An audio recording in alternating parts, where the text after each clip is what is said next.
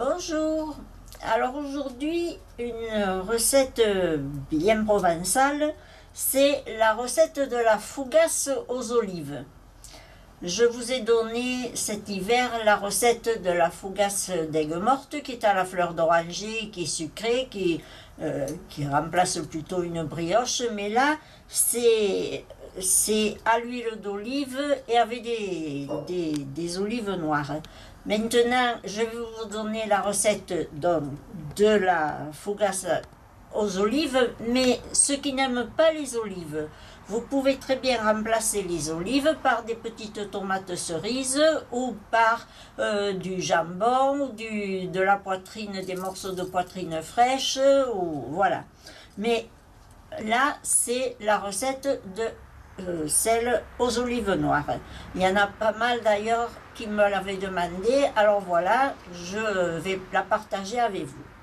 Alors la première des choses à faire, vous savez que vous avez la liste des ingrédients comme d'habitude. Pour mes abonnés, ils ont l'habitude maintenant, mais enfin les autres, je vous le signale, il y a toujours la liste des ingrédients en début et en fin de la vidéo. Voilà. Alors la première des choses à faire pour faire cette recette, c'est vous prenez 20 g de levure fraîche que vous émiettez et que vous faites fondre dans 3 centilitres d'eau tiède.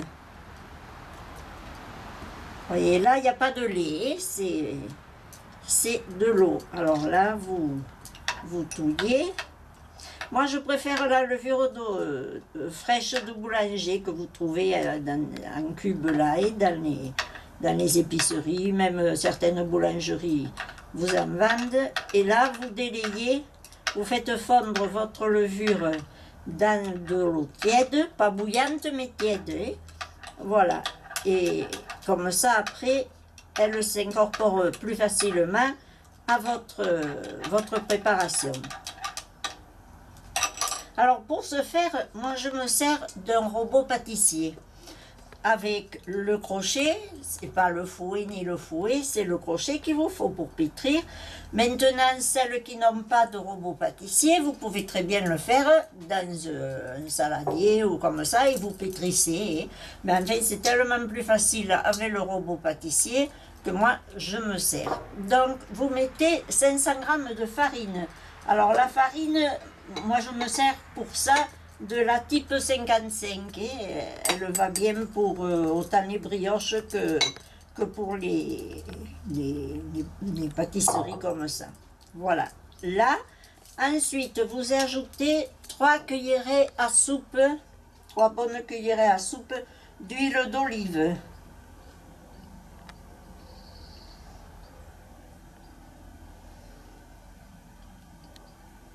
Voilà.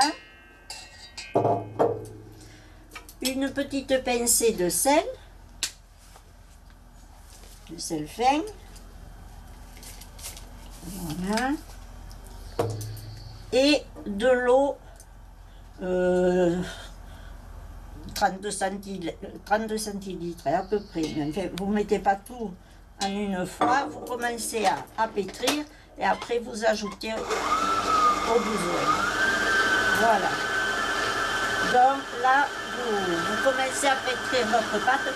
Bon, excusez-moi, ça va faire un peu de bruit, mais en fait, c'est pour le bien de la recette. Voilà.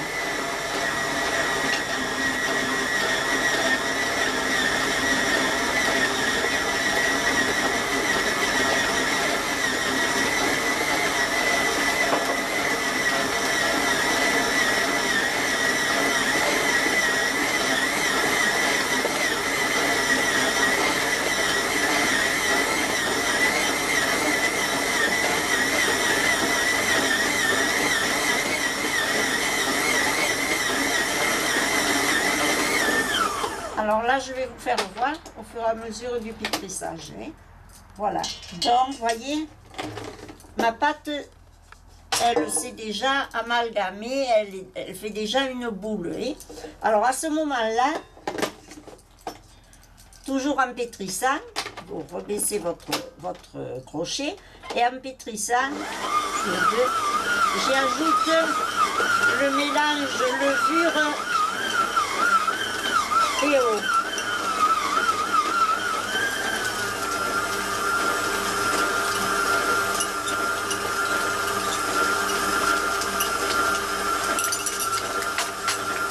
Voilà. Et là, je vais laisser pétrir à peu près 10 minutes. Alors, on se retrouve dans 10 minutes. Voilà, alors, ma pâte, regardez comme elle est belle. Voyez ça? Si elle est lisse, elle fait le ruban. Elle est superbe. Voyez comment ça doit se présenter? Voilà, alors là, je vais enlever mon crochet pour prendre tout ce qui restait accroché dessus, bien sûr, hein, on ne va pas gaspiller. Voilà.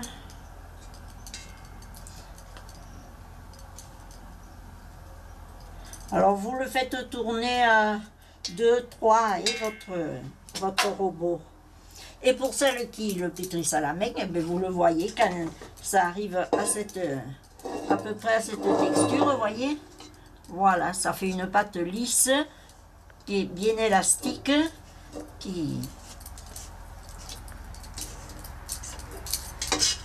et qui est prête pour... Alors là, je vais mettre, je le fais, il va falloir la faire lever et pousser comme disent les professionnels. Voilà, je mets un peu de farine au fond et je verse ma pâte dedans. Et là, après, je vais la laisser monter pendant 1 à 2 heures. Hein. Ça dépend. Alors là, je vais la couvrir. Je crois qu'il faut que j'y aille avec les doigts parce qu'autrement, ça ne viendra pas comme il faut. Voilà. Hop là. Regardez ça si c'est beau. Si elle fait le... Voyez si elle fait bien le... Voilà.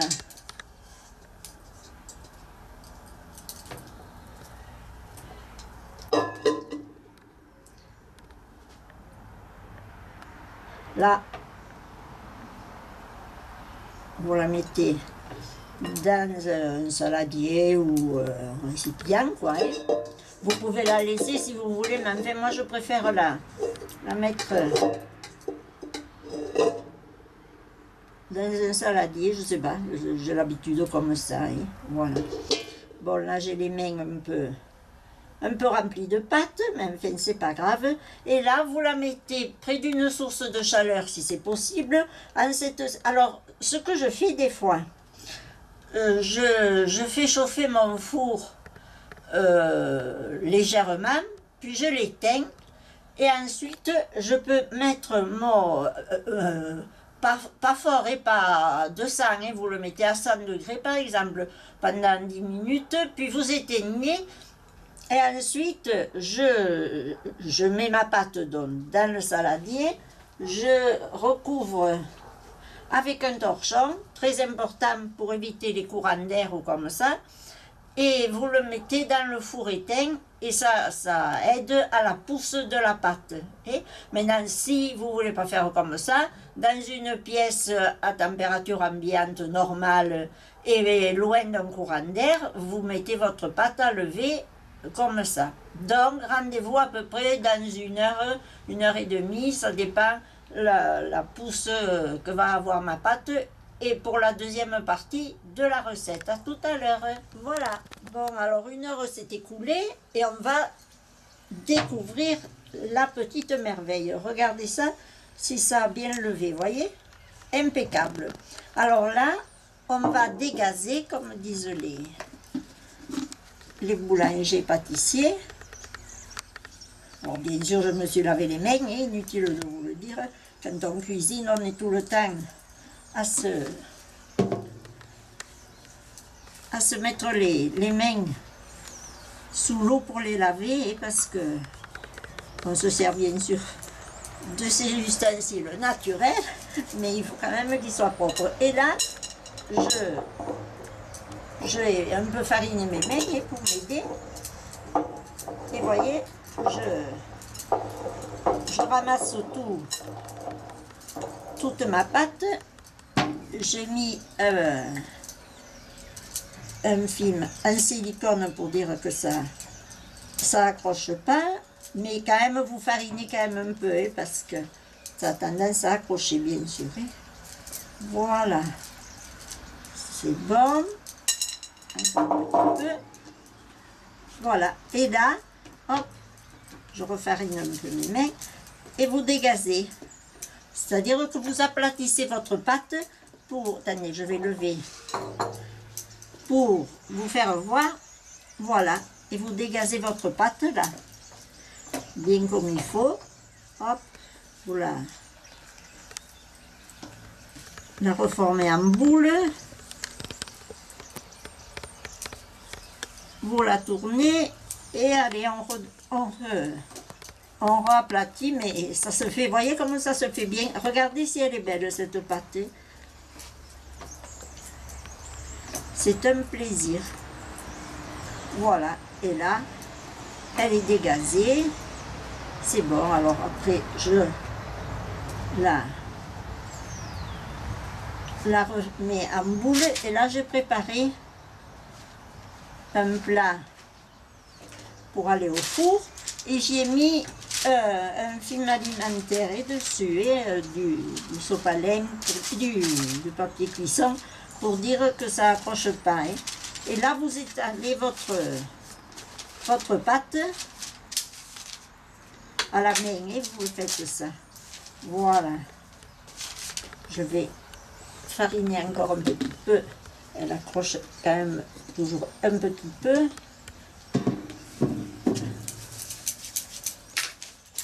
Voilà. Et là, c'est le moment, vous y ajoutez les morceaux, j'ai coupé les olives noires hein, en morceaux pour les mettre comme ça, vous, en tournant votre pâte et tout, vous le mélangez plus facilement. Et ce que vous mettez, c'est bien sûr, devinez, ceux qui ont l'habitude de suivre mes recettes, des herbes de Provence. Alors là, j'ai pris le mélange où il y a un peu plus de romarin que d'habitude. Hein. Comme je vous ai dit, c'est moi qui les fais, mes herbes. Mais je fais plusieurs variétés, enfin, pas variétés, mais enfin plusieurs mélanges. Et là, celui-là, j'avais mis pas mal de romarin. Cette odeur. Toujours le regret que vous ne puissiez pas sentir en même temps. Ah, là il y en a une d'olive qui n'est pas bien coupée. Je vais la couper. Voilà. Et vous retournez pour tout bien mélanger. Là. Voilà. Parce que quand même, c'est bon s'il y a un peu des olives, même naturelles, c'est bon. Hein? Ceux qui n'aiment pas. Vous pouvez très bien la faire, cette fougasse à l'huile, sans rien hein, dedans. Sans, alors là, là, il y a une olive que j'ai oublié de couper. Alors, vous pouvez très bien, et c'est très apprécié, parce que c'est naturel, c'est fabrication maison et tout. Et à l'heure actuelle, on aime bien hein, tout ce qui est cuisine familiale et tout, bon, à l'apéritif ou en entrée, accompagné pour accompagner de la charcuterie ou comme ça, et tout simplement, hein, voilà. Et là, je vais mélanger encore un peu, tourner, et je mets ma pâte. Mais avec les doigts, et vous le faites, c'est pas la peine de vous servir de... Si vous voulez vous servir d'un rouleau, vous pouvez. Mais en fait, moi, j'aime bien le faire à la main, là, hein, autant pour les brioches que pour les fougasses comme ça, cette sorte de pâte. Alors vous enfoncez vos olives après dans votre pâte là. Hein. Profitez parce qu'après vous ne pourrez plus le faire et quand elle aura levé, autrement vous allez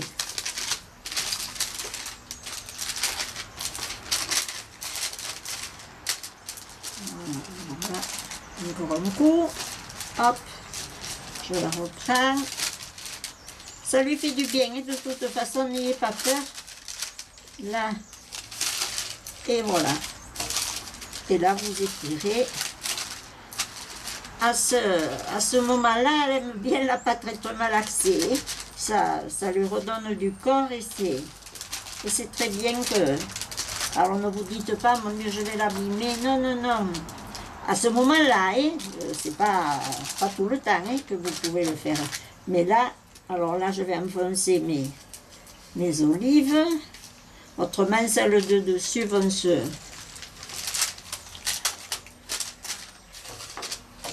trop cuire, vont se gratiner à la cuisson et ça va pas. Voilà. Allez. Et là, je vais mettre ma pâte.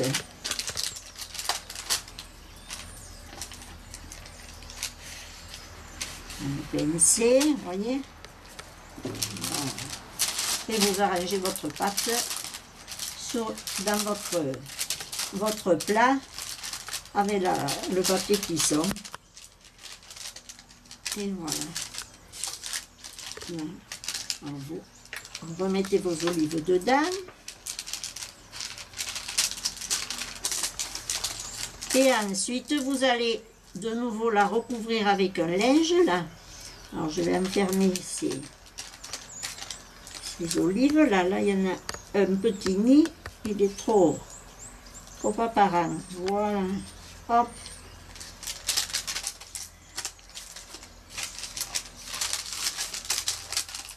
Vous voyez, c'est pas compliqué. C'est juste...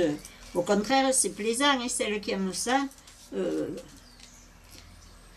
pétrir les pâtes, c'est toujours très agréable. Voilà. Et là,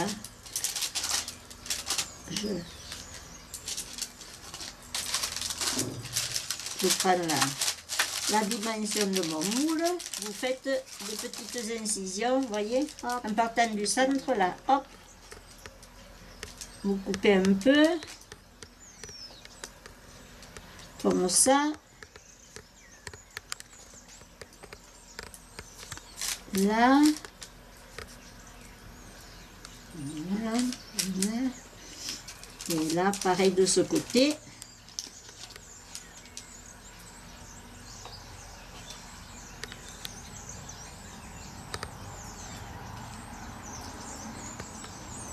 Même ceux qui aiment ça, enfin, nous, on l'aime bien, hein. Vous pouvez très bien le servir ce genre de fougasse avec le foie gras. Aux olives, ça y va très bien. Et voilà. Et là, je vais recouvrir avec un torchon. Et je vais le remettre à lever à peu près, oui, 3/4 d'heure à 1 heure. Et après, j'enfourne. Je vous retrouve à la fin de la deuxième levée, avant d'enfourner. À tout de suite. Voilà, bon alors après encore une bonne heure pour la faire relever une deuxième fois. Voilà ma fougasse avant de l'enfourner. À bientôt après la cuisson. Alors voilà, à la sortie du four, je l'ai mis sur un plateau. Et donc, je l'ai laissé demi-heure à 200 degrés. Et je vous recommande de mettre un bol dans le plat, dans la lèche frite au fond du four, avec de l'eau. Comme ça donne de l'humidité. Je fais ça aussi pour la cuisson de mes brioches. Et voilà. Et donc, vous avez une magnifique fougasse aux olives et aux herbes. Et j'espère que vous aimerez cette recette et que vous vous régalerez autour de vous. Bon, je vous remercie toujours pour tous ceux qui s'abonnent, ceux qui m'envoient des commentaires. Et je vous donne rendez-vous à une prochaine recette. Merci beaucoup.